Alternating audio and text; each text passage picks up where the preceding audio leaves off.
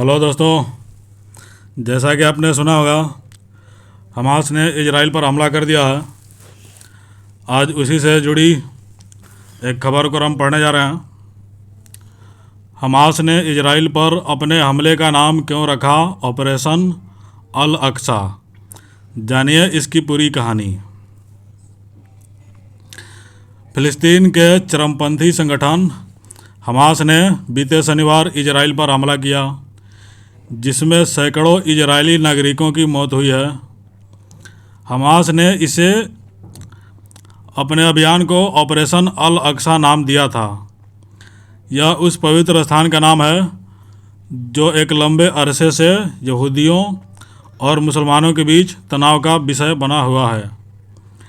फिलहाल इस मस्जिद का प्रबंधन एक वक्फ ट्रस्ट के पास है। इस मामले में यथास्थिति बनाए रखने के लिए किए गए समझौते के तहत इस ट्रस्ट का नियंत्रण जॉर्डन को दिया गया था। इजरायली नियंत्रण वाले वेस्ट बैंक इलाके का प्रशासन देखने वाले फ़िलिस्तीन प्राधिकरण के अध्यक्ष महमूद अब्बास का अल अक्सा पर कोई नियंत्रण नहीं है। अब्बास कहते हैं कि मौजूदा हालात के लिए तमाम दूसरी वजहों के साथ साथ इस्लामिक स्थानों जैसे अल अक्सा मस्जिद के प्रति इजराइल का आक्रामक रुख भी जिम्मेदार है। हालांकि इजराइल सरकार इस दावे का खंडन करती है।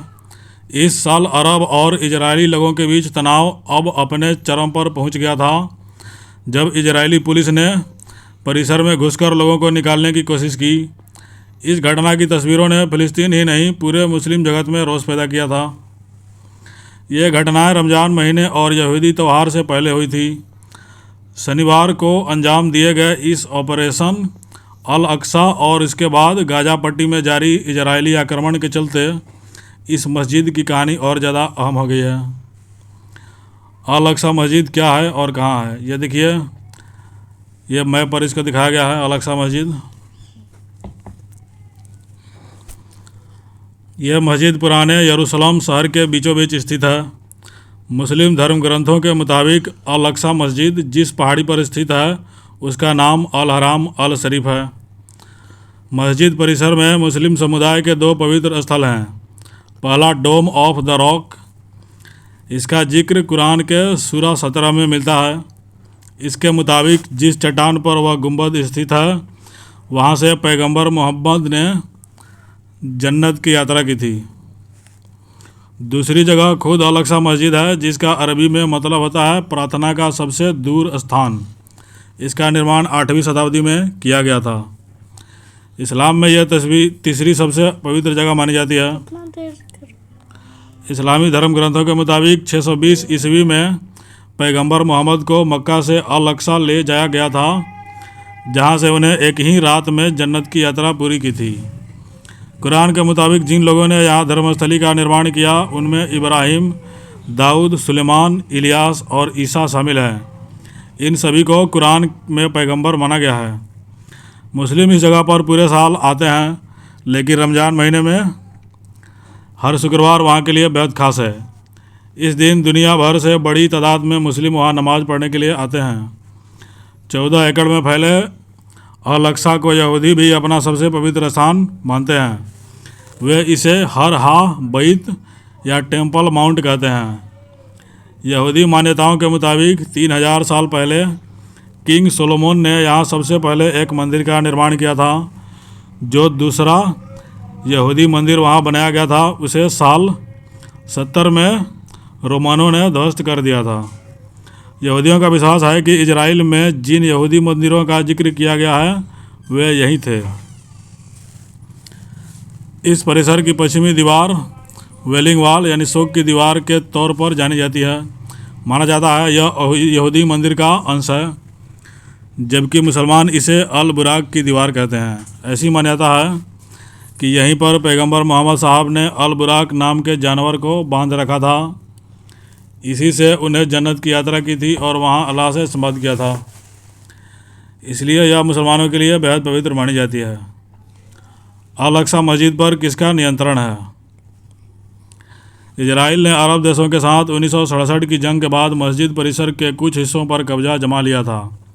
इसके बाद इजराइल ने इस हिस्से को पूर्वी यरूशलेम और वेस्ट बैंक के कुछ हिस्सों के साथ अलग कर लिया था। उस वक्त यह हिस्सा मिस्र और जॉर्डन के नियंत्रण में था। हालांकि इजराइल के कब्जे को आज तक अंतर्राष्ट्रीय मान्यता नहीं मिली। आज भी यहाँ के दोनों मुस्लिम पवित्र स्थानों का संरक्षक जॉर्डन है। हैशमाइट साम्राज्य है। जॉर्डन का हैशमाइट साम्राज्य है। यही आज भी मस्जिद की देखभाल करने वाले इस्लामिक वक्फ के सदस्यों का चुनाव करता है। इसमें इजरायली सरकार की कोई भूमिका नहीं होती। अल-अक्सा परिसर में गैर मुस्लिमों को भी जाने की इजाज़त है, लेकिन इसके अंदरूनी हिस्सों में प्रार्थना की इजाज़त सिर्फ मुस्लिम लोगों को ही है। जहाँ तक यहूदी मान्यताओं का सवाल है, तो इसके प्रमुख धर्मगुरु यहूदी लोगों के टेम्पल माउंट के अंदर नहीं जाने का निर्देश देते हैं। इनकी नज़र में यह जगह इतनी पवित्र है कि वहाँ कदम नहीं रखा जा सकता।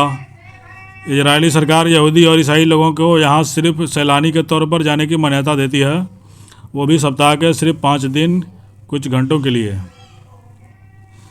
दोनों पक्षों के बीच किस बात पर विवाद है? 1967 में पश्चिमी तट, गाजा पट्टी और पुराने शहर समेत पूर्वी यरूशलेम पर इजराइल के कब्जे के बाद से ही यह जगह विवादित बनी हुई है। हालांकि इसे लेकर विवाद इजराइल के अस्तित्व से पहले से चला आ रहा है। 1947 में संयुक्त राष्ट्र ने अलग फिलिस्तीन क्षेत्र के लिए एक विभाजन प्लान बनाया। उस वक्त फिलिस्तीन ब्रिटेन के कब्जे में था। इस प्लान के मुताबिक 2 देश बनाए जाने थे, एक यूरोप से आए यहूदियों के लिए और दूसरा फिलिस्तीनियों के लिए। यहूदियों को 55% ज़मीन दी गई और बाकी 45% फिलिस्तीनियों को दी गई।